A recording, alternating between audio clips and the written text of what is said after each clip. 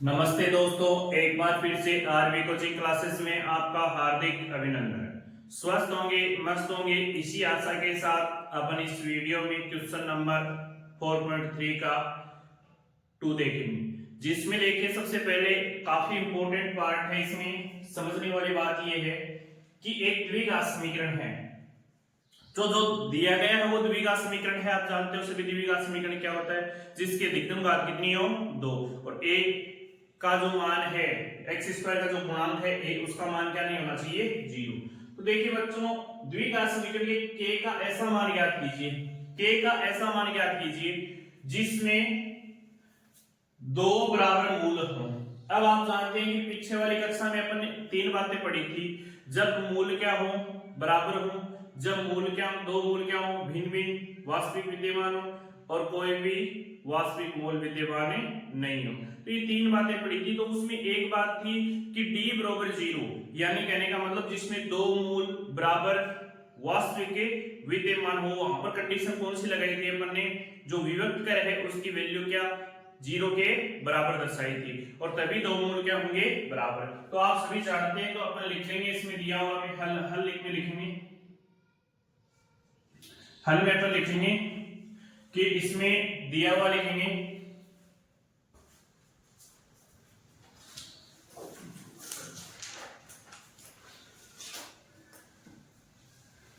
देखिए हल में क्या लिखेंगे। सबसे पहले हम जानते हैं, एक मिनट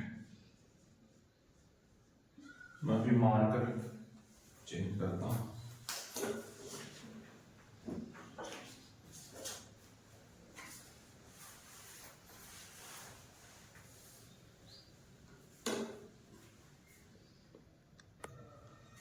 तब अपन जानते हैं कि हम क्या जानते हैं कि d बराबर बी स्क्वायर माइनस 4ac। अब जो d की वैल्यू कब होगी, मूल जब बराबर होंगे, तो अपन लिखेंगे दिया। अब अपने को बच्चों क्या दिया गया है, अपने को दिया गया है कि दो मूल क्या हो बराबर। तो मैं क्या लिखूंगा कि दो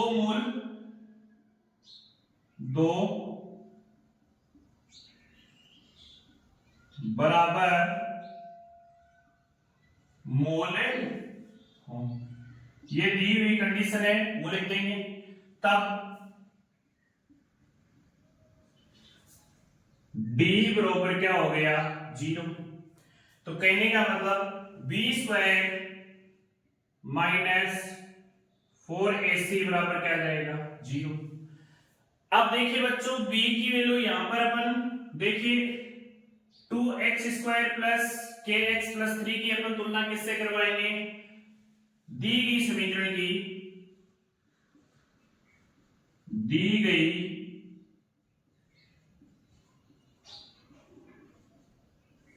समीकरण की तुलना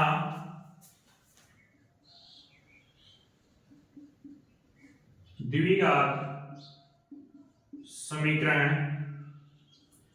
ax square plus bx plus c बराबर 0 a नॉट इक्वल टू 0 से करवाने पर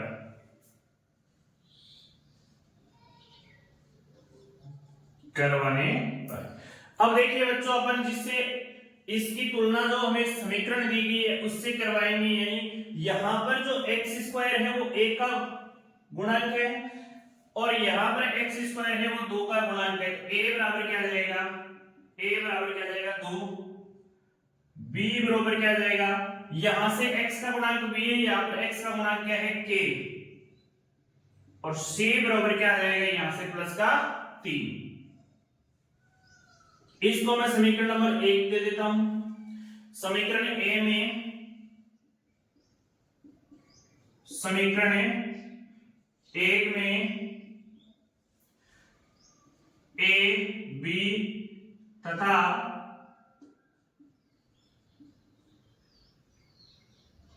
सी का मान रखने पर।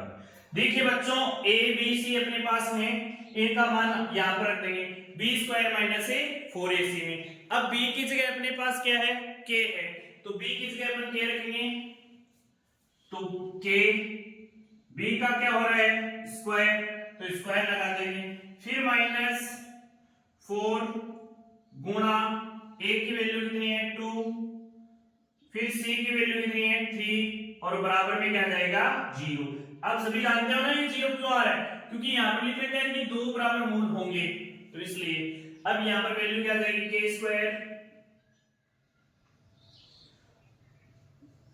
के स्क्वायर माइनस, देखो 4 को 2 से गुणा करते हो तो क्या आता है 8, और 8 को जैसे ही आप 3 से गुणा करते हो तो क्या आता है 24, बराबर क्या आ गया 0। अब देखिए चर और अचर हैं, इनको दोनों को अलग अलग कर देंगे ताकि के की वैल्यू अपन निकाल सकें। के बराबर के स्क्वायर बराबर आ जाएगा 24।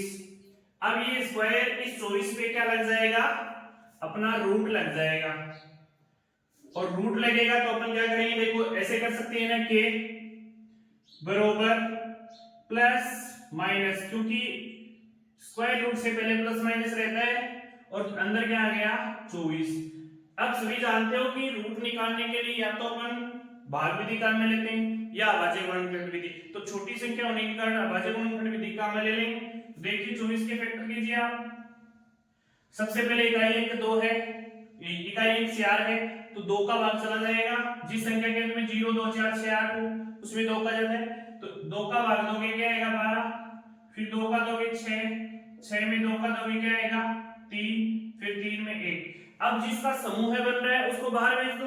अब समूह किसका बन रहा है, 2 2 का एक समूह बन रहा है, बाकी 2 और 3 का समूह नहीं बन रहा, यानी समूह का मतलब युग्म बनेगा दो संख्याओं का, किसमें वर्ग में, तो वर्गमूल के लिए ये हो जाता है। तो इसमें से 2 बाहर निकाल लेंगे, बचा क्या 2 को 3 से गुणा कर देंगे, जो शेष बचा उसको, यानी 6 आ जाएगा, तो 6 तो किसमें आ जाएगा रूट में, और प्लस माइनस 2 आ जाएगा बाहर, जो अपनी किसकी वैल्यू आ जाएगी के की।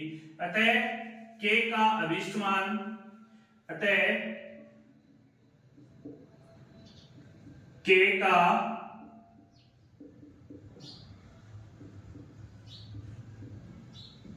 अभिष्ट मान प्लस माइनस 2 रूट 6 है, ये अपना क्या है आंसर। तो अच्छे से नोट कीजिए बच्चों।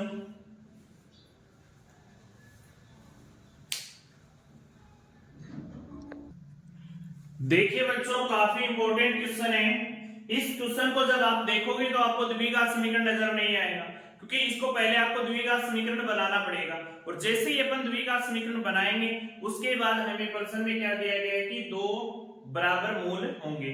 तो कहने का मतलब सबसे पहले अपन इसको द्विघात समीकरण में परिवर्तित करेंगे, तो हल लिखेंगे, और हल लिखने के बाद अपन क्या करेंगे के x माइनस 2 प्लस 6 बराबर क्या आ गया 0।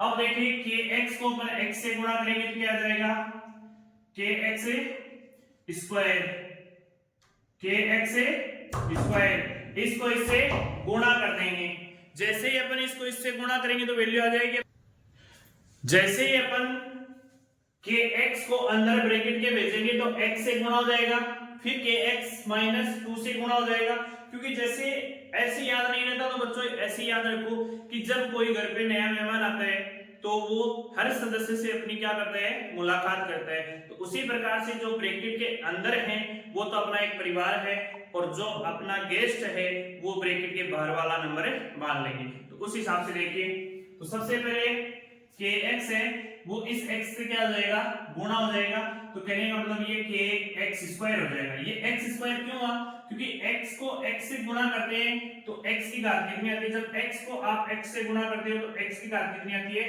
2, क्योंकि जब आधार समान होता है तो घातें क्या होती हैं जुड़ती हैं, तो उस हिसाब से x स्क्वायर हो जाएगा।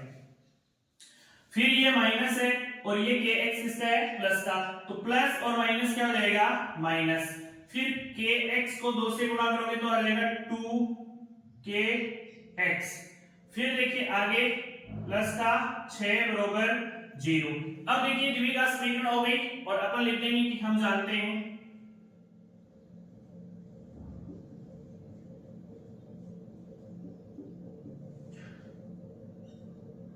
d बराबर b स्क्वायर माइनस 4ac। अब इस समीकरण नंबर 1 की समीकरण नंबर 1 की तुलना द्विघात समीकरण से करवाने पर, द्विघात समीकरण से तुलना करवाओगे तो वैल्यू क्या जाएगी, जो ax स्क्वायर है द्विघात समीकरण ये x square plus bx plus c बराबर 0 a नॉट इक्वल टू 0। कहने का मतलब x स्क्वायर का गुणांक यहाँ पर a है, यहाँ पर x स्क्वायर का गुणांक k है, a बराबर क्या जाएगा k, फिर कोमा यहाँ पर x का गुणांक क्या है -2k है। देखिए इन दोनों को साथ लेना होगा बच्चों, -2k है तो माइनस b के वैल्यू हो गए -2k, c की वैल्यू हो गई अपने पास 6। अब ये वैल्यू अपने को दिया हुआ क्या प्रश्न में दिया हुआ है, दिया कि दो मूल बराबर होंगे, दो मूल बराबर या समान होंगे तब d बराबर क्या हो जाएगा 0। d बराबर क्या हो जाएगा 0, तो यहां पर d ये नहीं है क्या, इसको समीकरण नंबर 2 मान लो। अब समीकरण नंबर 2 में आप d बराबर क्या रख सकते हो 0 रख सकते हो, तो यहां पर देखिए d बराबर क्या जाएगा, d बराबर क्या जाएगा 0, तो d का मान क्या है b स्क्वायर माइनस 4ac बराबर 0। अब अपन क्या करेंगे, जो a b और c का मान है वो समीकरण 2 में रखेंगे, a b तथा c का मान समीकरण 2 में रखने पर। अब देखिए समीकरण 2 ये है ना, कहने का मतलब है कि d बराबर b स्क्वायर माइनस 4ac।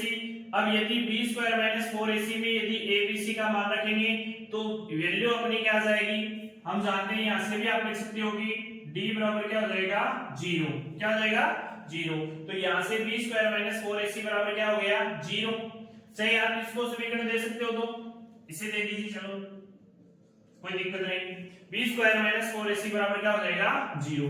अब यहां से देखो b की वैल्यू कितनी है, b स्क्वायर है, b की वैल्यू कितनी है -2k का, और इसको चलो मैं एक सूत्र लिख देता हूं यहां पर, b स्क्वायर माइनस 4ac बराबर 0, नीचे ध्यान नहीं करेगा। देखिए यहां पर b की वैल्यू क्या है माइनस का 2k, तो यहां पर रख दीजिए माइनस का 2k का होल स्क्वायर, 2k का whole square minus 4 into a की वैल्यू अपने पास क्या है k, और c की वैल्यू अपने पास क्या है 6 बराबर क्या रख दिया 0। अब देखिए अपन क्या करते हैं, इनको मल्टीप्लाई कर देते हैं, पहले इसका स्क्वायर करेंगे तो ये आ जाएगा 4k स्क्वायर माइनस इसको अपन लिख सकते हैं 4k इंटू 6 बराबर 0। अब मैंने इस 4k को 6 से मल्टीप्लाई क्यों नहीं किया है, क्योंकि जब अपन इसका इन दोनों में से कॉमन ले सकते हैं तो क्यों इनको मल्टीप्लाई करके वापस भाग दिलवाएं, तो दोनों में से मैंने कॉमन ले लिया 4k कॉमन ले लिया, तो यहां पर तो क्या बचा k और यहां पर क्या बचा 6 बराबर 0। ऐसा क्यों बचता है वो देखिए, मैंने 4k कॉमन लिया यानी उस संख्या में पूरा पूरा क्या जाना चाहिए भाग, तो देखिए 4k का 4k स्क्वायर में मैं भाग देता हूं तो ये कट जाएगा, यहां पर सिर्फ और सिर्फ एक k बचेगा, इसलिए यहां पर क्या आ गया k, और जैसे मैंने माइनस 4k इंटू 6 में 4k का डिवाइड दिया तो ये कट गया और माइनस का क्या आ गया आपके पास 6। अब देखिए ये इससे अपन k की वैल्यू निकाल सकते हैं, ये दोनों गुणा में है तो एक एक करके निकालेंगे। अतः 4k बराबर क्या है 0, तो k बराबर क्या आ जाएगा 0, या k माइनस 6 बराबर क्या है 0, तो क्या आ जाएगा k बराबर 6। तो अपने पास जो k के दो मान हैं, एक तो आ गया 0 और एक आ गया प्लस का 6, तो अपने पास दो मान आ चुके हैं। अतः अपन लिख सकते हैं, अतः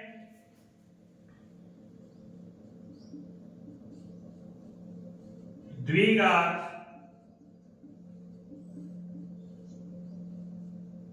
समीकरण के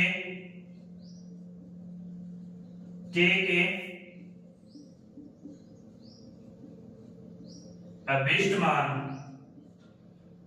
0 और 0 तथा 6 है। यह आपका क्या है फाइनली आंसर। तो इसे नोट कीजिए। आशा करता हूं दोस्तों ये वीडियो आपको अच्छे से समझ में आया होगा, तो इसको ज्यादा से ज्यादा अपने दोस्तों तक पहुंचाइए। जय हिंद, जय भारत।